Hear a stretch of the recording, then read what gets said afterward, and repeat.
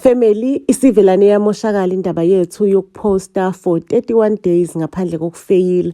Ke asike sithi rewind, siqale phansi kabusha sikuthathe ngokuthi uday number 1 wethu lo siyayiqala futhi siyayivula futhi challenge. Into ezokwenzakala mina ngizoposta ngaphandle kokufeyila 7 days in a week for 31 days. Nina into enizoyenza is to share. Futhi moqeda ukushare ubuye uzokhomenta la kwi-comment section ukuthi sengibuya khona. Hake awuqaleke bafethu umdlalo. Mungasazi le story ngifakile ilink ya part 1 kwi-comment section. Into eyenzakalayo ke ngathola indoda yami ichitha ne-maid. Yakucacisa nje ngokusobala ukuthi ichoose i-maid over mina. Ba move out. Ayike after that indoda yangitshela ukuthi he is coming for mina, ufuna ukungidivorce, ufuna 50% wazo zonke izinto engiyionayo. Mind you, indoda yami nje ngayifica ingenamali, bekumina oyondlayo, ithengele imoto, oyenzela nje yonke into. Hake ngabuye emsebenzini ngiqeshazela ngidiniwe after indoda ingitshela ukuthi ifuna ukungidivorce and ifuna yonke into. Mengifika emsebenzini, mengifika endlini ngifonela ubaba, ngithi baba sekunjalo le ndoda ithi yangidivorce, ngizocela ukuthi ungixhumanise nommeli omaziyo ukuthi udila ngedivorce, uyayishaya idivorce, ummeli oqinile omkantshubomvu. Ngifuna ukuthi le ndoda le ingatholi ngisho nesent elimnyama leli. Ubaba athi mafungase ibambe ngakho ke manje, khulileka ke mntanami, khulileka, ngizoyilungisa yonke lento le, izolunga, kufanele vele uhlukane nale ndoda. Finally uyabona ukuthi useless le ndoda. Ake ngicela ukunitshela ukuthi sekuntambama ngihleli lapha yana endlini yami, ngibuke uHis and Hers amabhakwethu amasha engangisanda kwathenga kuyibhaki yami, ibhaki yayo le ndoda ayafana. Ngabuka ukuthi le ndoda bese ngenzele yonke into, yachuza i-maid over bonke lobukhazikhazi, yashiya nalo His and Hers, yamba ngemoto eyodwa. Vele umuntu bengabe ngasakufuni akasakufuni. Yabona nje ngizwe self pity, ngisedi, ngiyaphuza lapha yana. Ufika ubaba ke ngisakulo sosima, afika endlini yami, afika ahlale nami, ngangihleli kwiphula, ahlale nami angitshela ukuthi uneplan, because yena vele njengoba le business esikuyona kweyakhe kodwa wayidlulisela kumina, wangifundisa yona wayidlulisela kumina.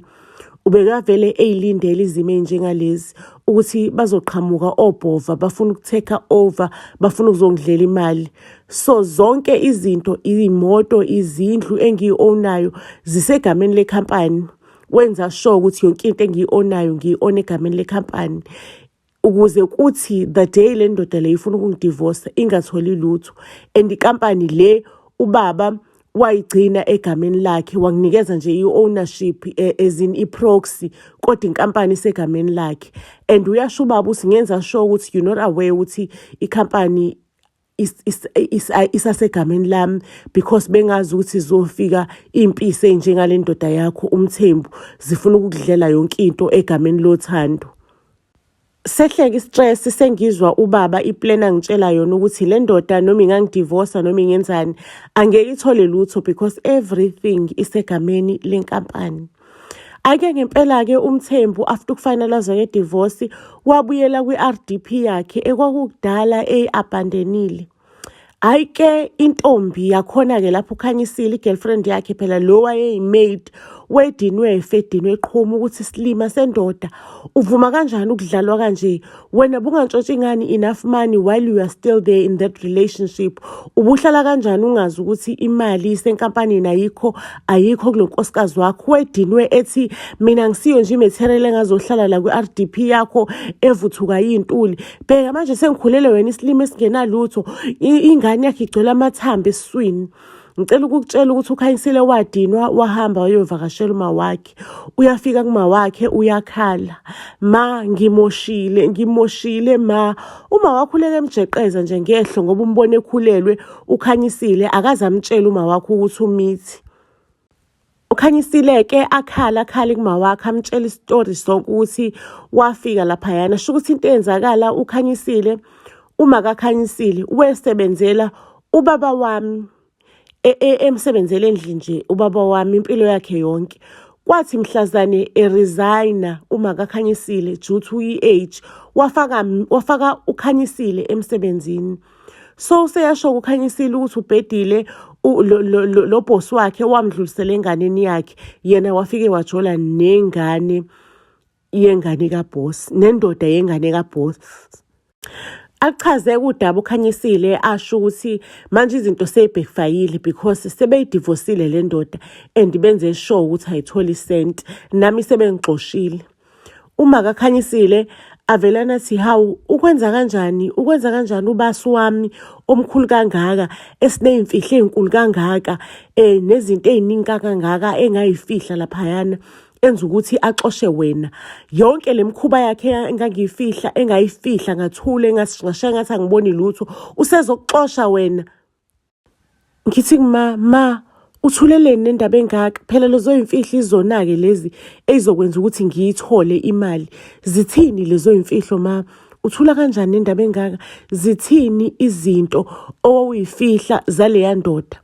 Asho ma athi niyabona le business enilibonayo nini nicabanga ukuthi ilona lilingenisa yonke le mali le. Akunabhizinisi elingenisa le mali, kodwa mntanami angeke ngikwazi ukutshena lezo imfihlo lezo ngoba ngamele ukuthi ngikubulale because nami lezo imfihlo lezo sengife phezukwazo iminyaka eminingi ngiyifihla ngingatsheli umuntu because iyona mfihlo yaleyo family leyo. Athi uKhanyisile khulileka ma, ngizoyitholela le mfihlo le futhi kuzoba right ukuthi ngiyitholele mina. Iyona mfihlo ke le ezosinikeza lama million engizokhulisa ngawo lengane. Family upart 3 uzolandela.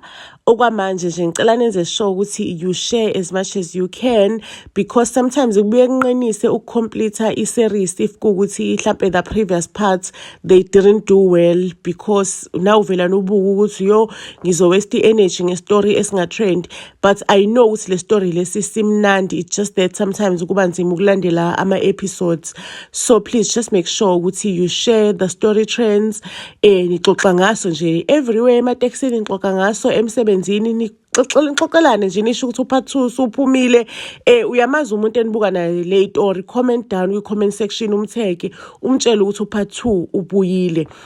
Upart 3 na ke ngizoposta family maybe in 2 days time kuzoba nesinye story so breaka ngaso, and then mase ngiyabuyela ku part 3 ngiphinde ngibuyele ku part 3 ozoba ifinally.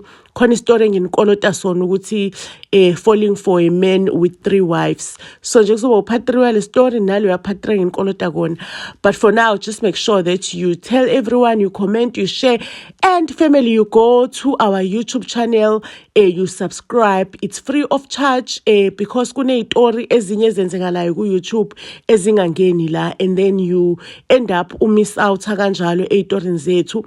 And ngizocela ukuthi nihambe niyosifollowisha on iTunes, on Spotify, and on all other music platforms, because some of the stories sizowa release khona as audiobooks for our followers who drives ama long distance, nama followers avuka ngobhazi esekuseni, nama followers alala ngobhazi ese, just in case there is no content, wazi nje kuma iTunes you are covered.